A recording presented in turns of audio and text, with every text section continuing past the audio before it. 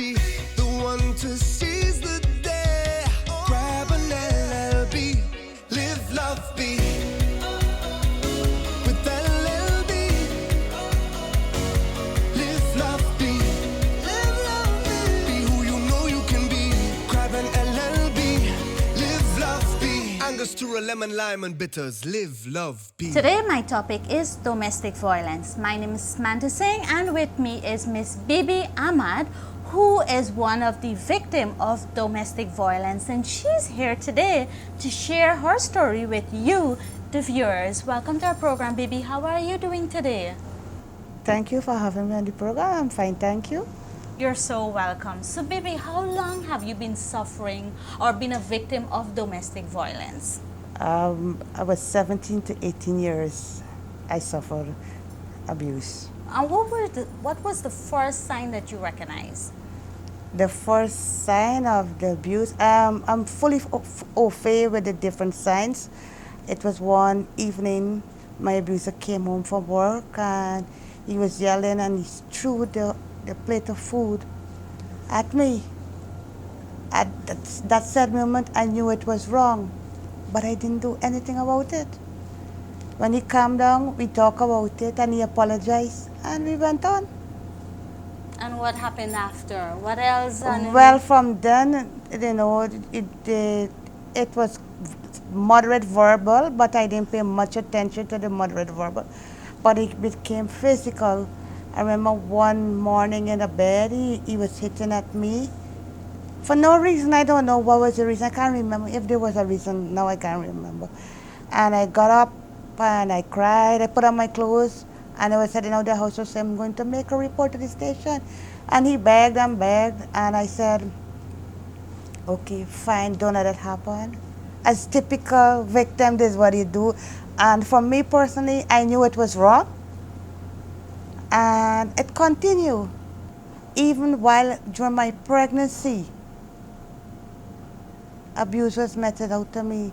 And, you know, I prayed and I hoped and I thought I could have made a difference to get him to change. But I was only fooling myself. I call it a living false hope. All right. And did you talk to anyone during that time? Because you're a counselor as well. And you know, for viewers out there who find it a bit strange that Bibi is a counselor and she have endured so much for so many years. Bibi, share with the viewers. No, I didn't tell anyone. My family was not aware. I hid my abuse from all and sundry. Everyone thought I had a very happy life. I even took pics, post them on social media that everything is all bright and beautiful. It looks that way from the outer world, but inwardly that was not the case. And how did you decide to take a stand? After going through the emotional breakdown, mentally I wasn't focusing right. It had a psychological effect on my daughter and I wasn't seeing it at that time. And I had to make a decision. I cannot live this way anymore. It is wrong. I couldn't. I would reach a point, this is it. It's either I was going to commit suicide or I was going to go crazy and be a mad woman on the road. So I decided. I had a conversation with my daughter. I made her aware of what's happening. She was fully aware of the abuse, but I let her know the changes that we're going to make in our lives. And then I made the changes. Okay. So what happens after you made the changes? You left or he leave? And no, he left. I asked him to leave. I keep asking him in our arguments, in our confrontation, because I started to stand up to him. I was going to take no crap from him, let's put it that way. And eventually I mustered up the courage enough and I stood my ground and said, you must leave, you must leave. If you don't leave today, when you come home back, you'll find your clothing on the road.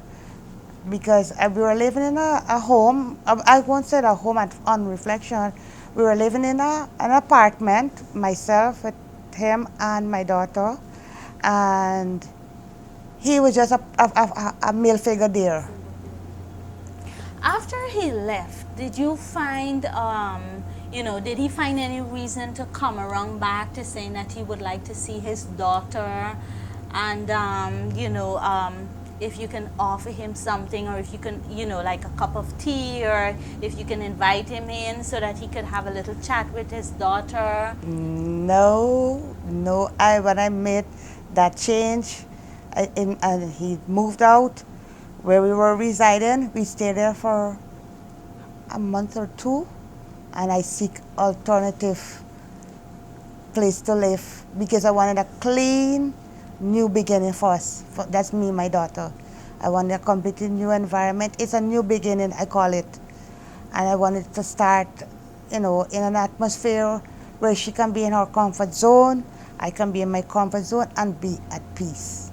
Okay, so you guys live like around 18 years now. Have you seen him back since since he left, since you asked him to leave?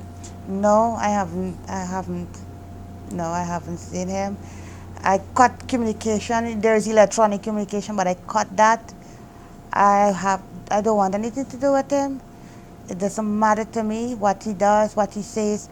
The fact remains he was an abuser, and I saw it right at the right time, and maybe it took too long. I don't blame myself for it. At first I used to blame myself, but after I went through my healing process, I don't blame myself for it. It's not your fault. No, I don't blame myself for it. And I don't blame myself that my daughter had to with him. It happened. If something happened, and going through that psychological abuse, you couldn't think the way you're supposed to think. But today I'm thankful that that part of my life is over. I've moved on, and my daughter and myself are happy, and we're at peace. I must say, Bibi, congratulations to taking a stand. Thank you. And it's not an easy road, but to other victims, you can do it. Bibi, before we close the interview, I would like to ask you, for women out there who are housewives and the husband is the breadwinner and they're in an abusive relationship and they feel that they cannot go anywhere because they've never worked anywhere, and they would like to leave, is there any way, any help for them? Yes, there is help for them to an extent. Unfortunately, here in Ghana, we don't have what we call safe homes for abuse victims. We don't have that. There have been promises to have that. I only hope and pray that sooner or later, either the authorities or NGOs, faith-based organizations, whoever can build a safe home. Now, I'm not talking about a home, I'm talking about a safe home, because the tendencies, abusers will find the victims. There's a trail that leads them. If we can get a safe home, that would be great for us. In the meantime, for victims, especially the silent one who do not tell their family members, just like I was a silent victim, they don't speak out about it, there is hope. You can reach the Caribbean Voice via myself. You can visit our webpage at caribvoice.org. You can visit any one of our social media pages, and we have a batch of online counselors. There is Help and Shelter. There is Red Thread. There is also the Social Protection Ministry, the Social Services Ministry. They have person who will help you. You can also go even to your clinic, the health center. You go there. You can report your abuse to the police, but the police, some people have an issue going to the police. You can also call the helplines. There's some helplines primarily deal with suicide prevention, but you can call them if you feel that from the abuse that there's hopelessness stepping in. You can call. If you don't have access to that and you go to a church or a mandir or a masjid, reach out to one of the senior personnel within that religious organization. Seek someone to help you. I know as a victim of abuse, you have a trust issue, but somewhere along the path you have to trust someone to help you. Bibi, we at Emerald would like to thank you very much for coming out and share your story or your experience with the viewers out there and how they can get help if they're in a situation of domestic violence. Without limits, happy and free. The skin you're in with no apology. The one to seize the day. Grab an LLB.